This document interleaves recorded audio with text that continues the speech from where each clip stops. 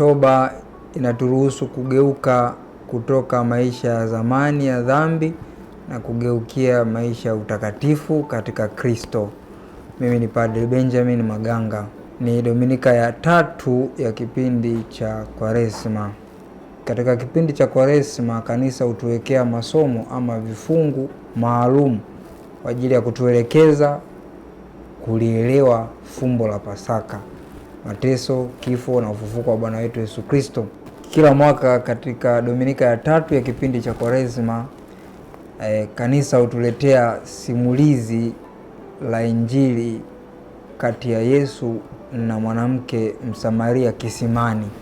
Dominika hii kanisa huadhimisha takaso la kwanza la wale wakatekumeni wanaojiandaa kupokea sakramenti za kuwaingiza katika jamii ya Wakristo, maana yake ubatizo, kipaimara na ekaristi takatifu. Jambo la kwanza ninalotaka kuzungumzia ni umuhimu wa kisima. Kisima katika maandiko matakatifu ilimaanisha nini? Ama ilimaanisha nini katika jamii ya Wayahudi? Au Myahudi akisikia kisima anamaanisha nini? Na pengine hiyo kauli ya kisima inamaanisha nini kwetu? Yesu amesimama kisima, na sio tu kisima, kisima cha Yakobo. Ina uzito sana hiyo, na tunaweza tukaona inamaanisha nini.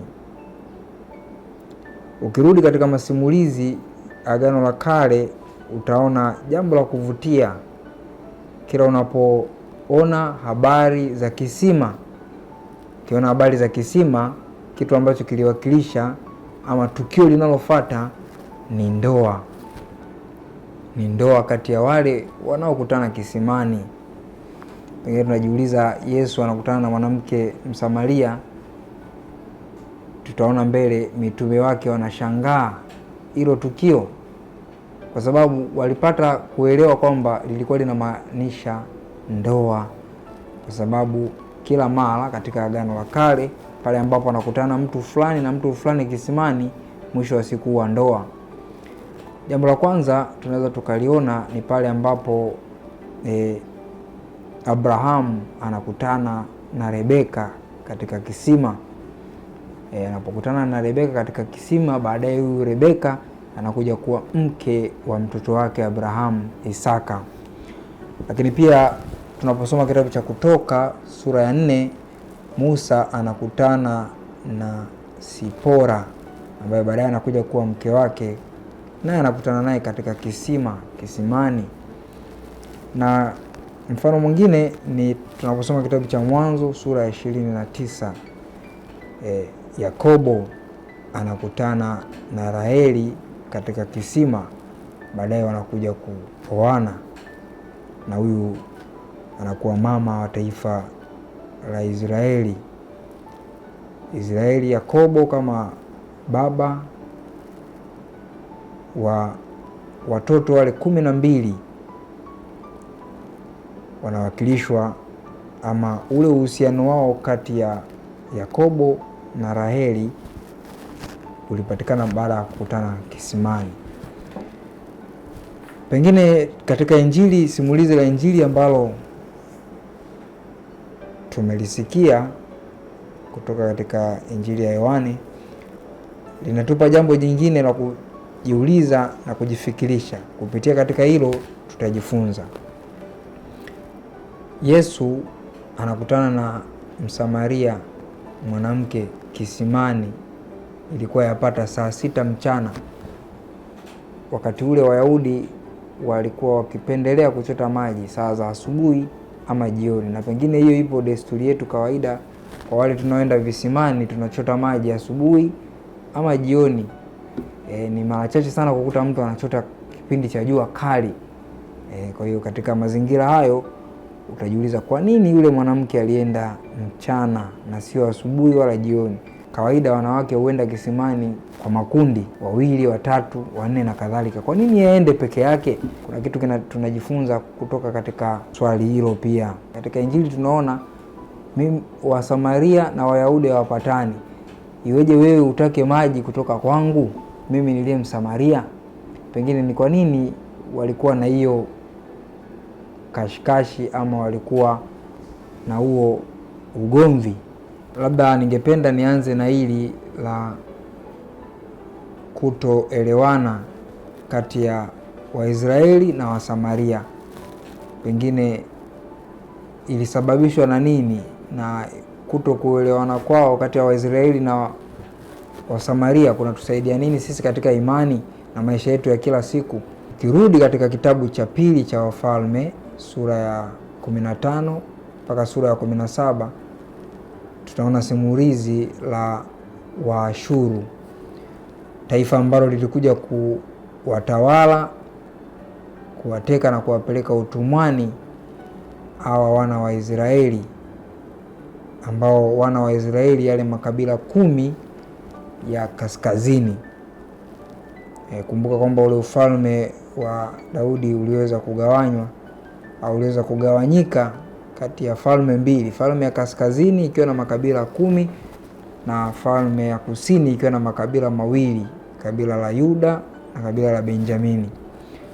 Kwa hiyo Waashuru waliwachukua utumwani makabila 10. Katika kuwachukua utumwani, kwa kuwatesa, kuwanyanyasa na kuwatawala, kulitokea kizazi baadaye kilichoitwa Wasamaria.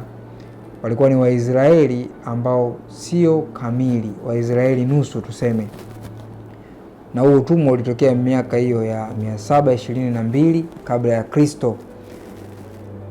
Na hivyo kikatokea hicho kizazi cha Wasamaria ambao baadaye wakaendelea kuanzisha hekalu lao kwa kumuomba Mungu katika mlima Gerizimi.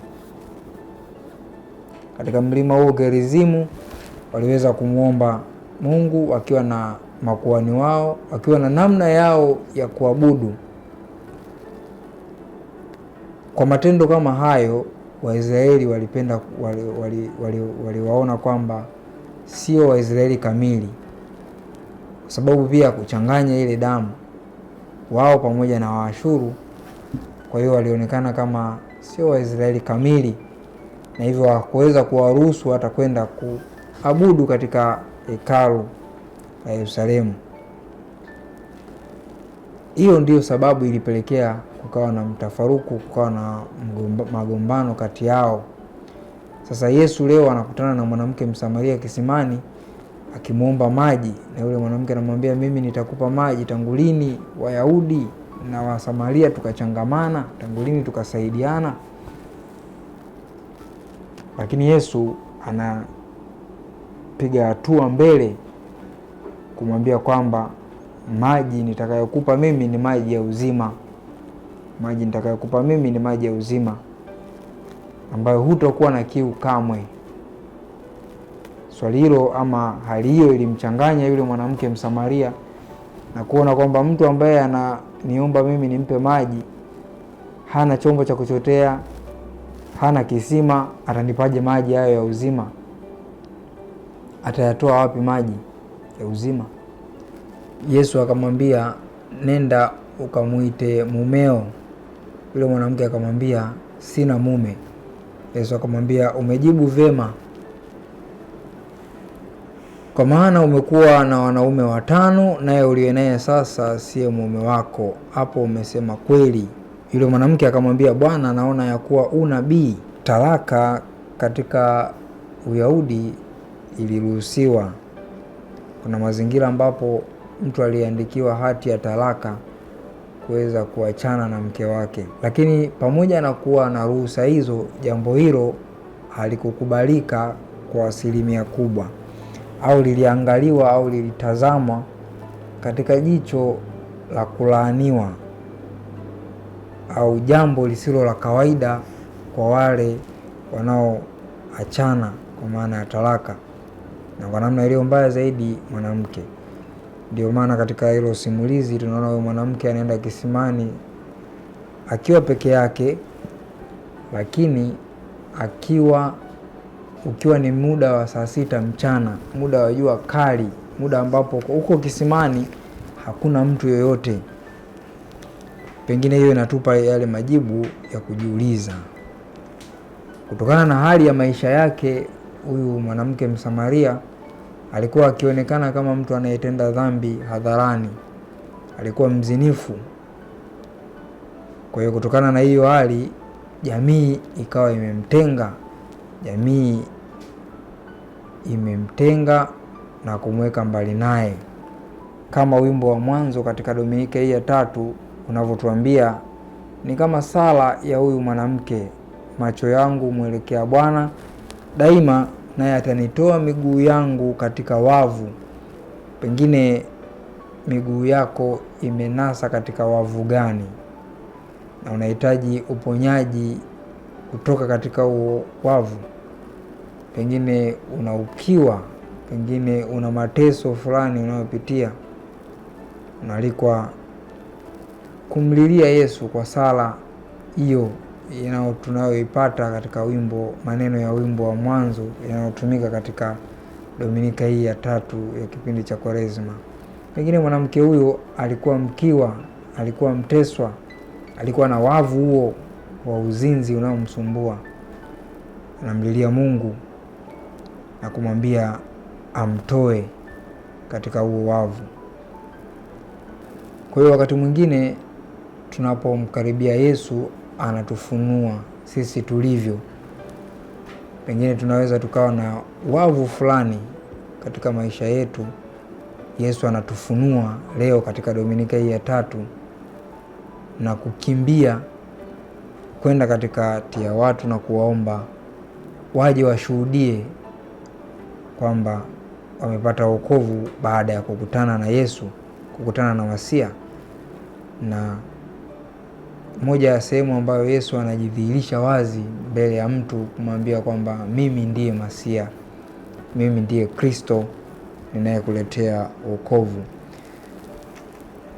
Mitume wanaporudi wanamkuta Yesu akiwa na yule mwanamke kisimani. Wanashangaa